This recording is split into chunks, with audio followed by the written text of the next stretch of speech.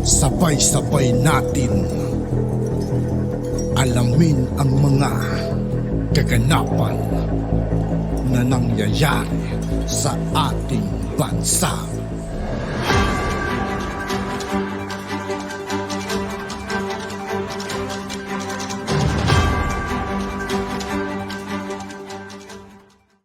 Yo, what's up mga kaibigan? This is I2K po again. Ngayon nandito naman tayo sa channel ni Kapatid Avenage. Dito naman ulit tayo magbibigay ng komento at reaksyon. Kaya samahan nyo ako guys. Let's go! Ang pinakamasaklap at ang pinakamadalang pwede mangyari sa isang bansa ay ang pamunuan ito ng isang mangmang at walang alam na Grabe ano mangmang. leader. Isang leader na ang tingin sa sarili ay mahusay at matalino. Ngunit ang totoo ay sakim at gahaman sa kapangyarihan. Kung ganitong klaseng tao ang mamumuno sa isang bansa, ay tiyak na hahatakin niya ang bansang kanyang nasasakupan. Shoutout kay Kapatid Avenage mga kaibigan kasi napakahusay ng boses niya, yung delivery.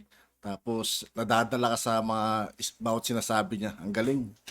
Tungo sa putik ng kahirapan at pagdurusa. At masakit mang isipin, ay ganito ang nangyari sa ating bansa nang sa pilitang agawin ni Cory ang pwesto ni Marcos sa pagka-pangulo. Ngunit alam mo ba na bago pa man nangyari ang bangungot na ito, ay pinilit pa rin lumaban ng patas sa dating Pangulong Ferdinand ni Marcos noon at nagpasagawa ng snap election noong 1986 upang ipakita kay Cory na majority ng mga Pilipino ay hindi sumusuporta sa mga ideolohiya ni Cory. Ngunit nakapagtataka na sa kabila ng matiling suporta at pagmamahal ng mga Pilipino noong kadating Pangulong Ferdinand E. Marcos ay natalo ito at napatalsik sa pwesto ng isang mangmang at walang alam na leader. Kaya para sa video na ito ay ating hihimayin at ating ipapaliwanag ang katotohanang hindi na itala sa mga aklat ng kasaysayan ng Pilipinas at ating tuklasin kung paano nga ba nanalo si Cory sa isinagawang snap election noong 1986. Lahat ng yan ay dito mo lang malalaman sa channel na ito. Lahat ng bagay ay gagawin ng isang taong sakim sa kapangyarihan upang mapasakamay niya ang kanyang gusto, kahit gumawa pa siya ng pandaraya o panalamang sa ibang tao. Alam mo ba na nangyari ito sa ating kasaysayan nang pilitin ni Cory na makuha ang pagkapresidente na hindi naman talaga para sa kanya? Oh boy, aking ipapaliwanag sa iyo kung paano ito nangyari. Ang video na ito ay iniaalay ko para sa mga kabataan at para sa bagong henerasyon na hindi nakaabot sa panahon ni dating Pangulong Ferdinand E. Marcos. Sa kabila ng magagandang bagay na nagawa noon ni dating Pangulong Ferdinand E. Marcos para sa ating bansa, ay tinadad pa rin siya ng mga samut-saring mga kritisismo at mga pambabatikos sa pangunguna ni Cory Aquino at ilang mga makakaliwang grupo, kasabwat ang mga pare, mga madre, media at maging ang bansang Amerika. Dahil sa malakas na puwersa ng mga dilawan noon, ay nauto ang ilang mga Pilipino na magalit at kwestiyonin ang pamamalakad ni dating Pangulong Ferdinand E. Marcos sa ating bansa. Ang isa sa mga sinisilip na mga ito ay ang ginawang martial law ni Marcos noon, na kaya lang naman niya ginawa ay dahil sa panggugulo ng CPP-NPA na pinasimulan ni Ninoy na asawa ni Cory. At ang mga nautong Pilipino ay walang kamalay-malay na ginagamit lang pala sila ng mga makakaliwang grupo upang maisagawa nila ang kanilang maitim na balak. At para matapos ang gulo na ito, ay nagpasya si dating Pangulong Ferdinand Marcos na magsagawa ng snap election upang malaman na talaga kung sino ang tunay na mahal ng taong bayan. Matatandaan na sinabi noon ni Marcos na alam niyang gusto ng oposisyong grupo ng isang eleksyon.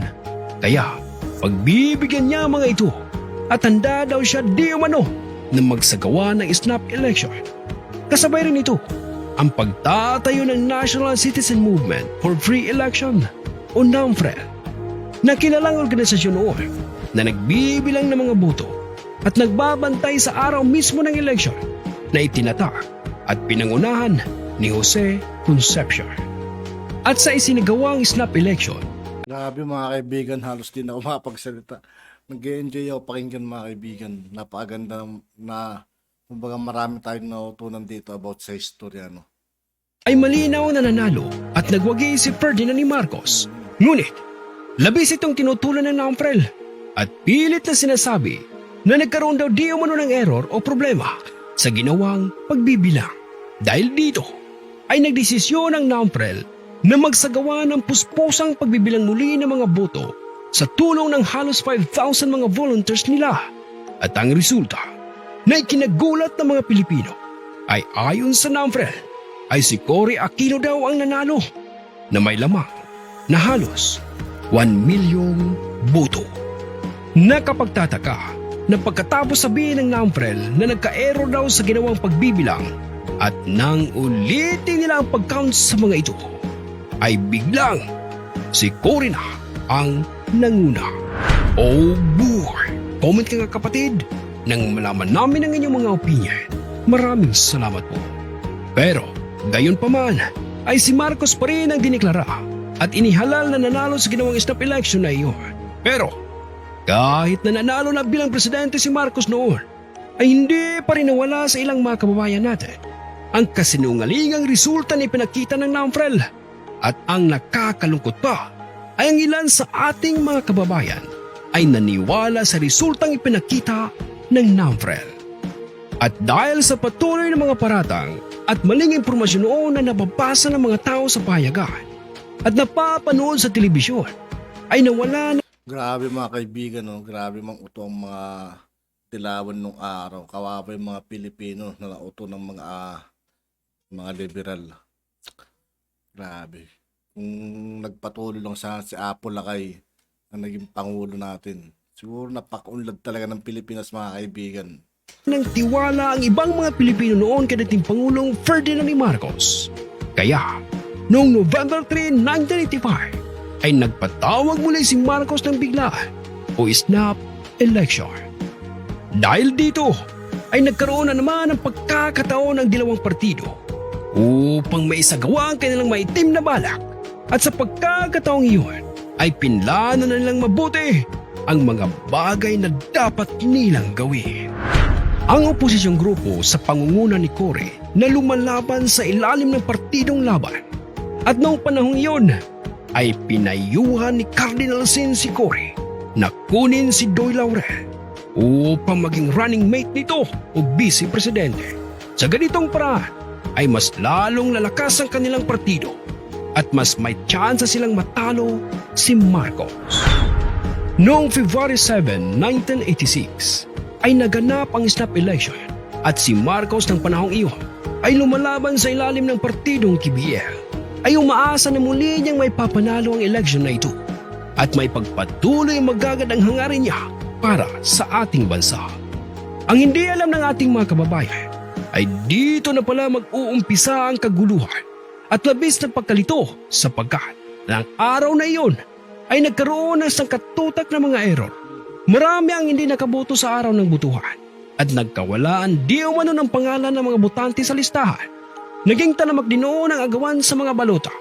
At ang pinakamasakla ay ibang mga utu-utong Pilipino ay nagawang ipagbili ang kanilang boto sa halagang 50 pesos. Nang matapos ang butuhan at oras na ng pagbibilangan, ay matatandaan na parehong computer lamang ang ginamit ang pagbibilang ng boto ni Cory at Ferdinand Marcos. Sa resultang pagbibilang na ginawa ng COMELEC ay lumalabas na nanguna at nanalo sa butuhan si Ferdinand Marcos. Ngunit nakakagulat at nakapagtataka na sa pagbibilang ng Namprel, ang nanguna ay si Cory Aquino. Marahil, isa ito sa pinaka-controversial na election sa kasaysayan ng Pilipinas. Matatandaan na nag-walkout pa ang mahigit 30 tribulators ng COMELEC noon dahil hindi na rin nila masikmura ang lantarang pandarayang nangyayari sa harapan nila sapagkat lumilitaw na malinaw na nanguna si Marcos sa nangyari halalan na ito. Ngunit upang matigil na ang kalituhan at labis na kaguluhan na ito, ay napagdesisyon na lang na ang batasang pambansa na lang ang magbibilang ng boto. At ito na nga, matapos mabilang ng batasang pambansa ang boto ng mga tao, ay lumilitaw na si Marcos ang nanalo sa snap election na ito. Lumilitaw na halos 2 million ang lamang ni Marcos kay Cory. Malinaw na manilaw na natalo ang babaeng ito.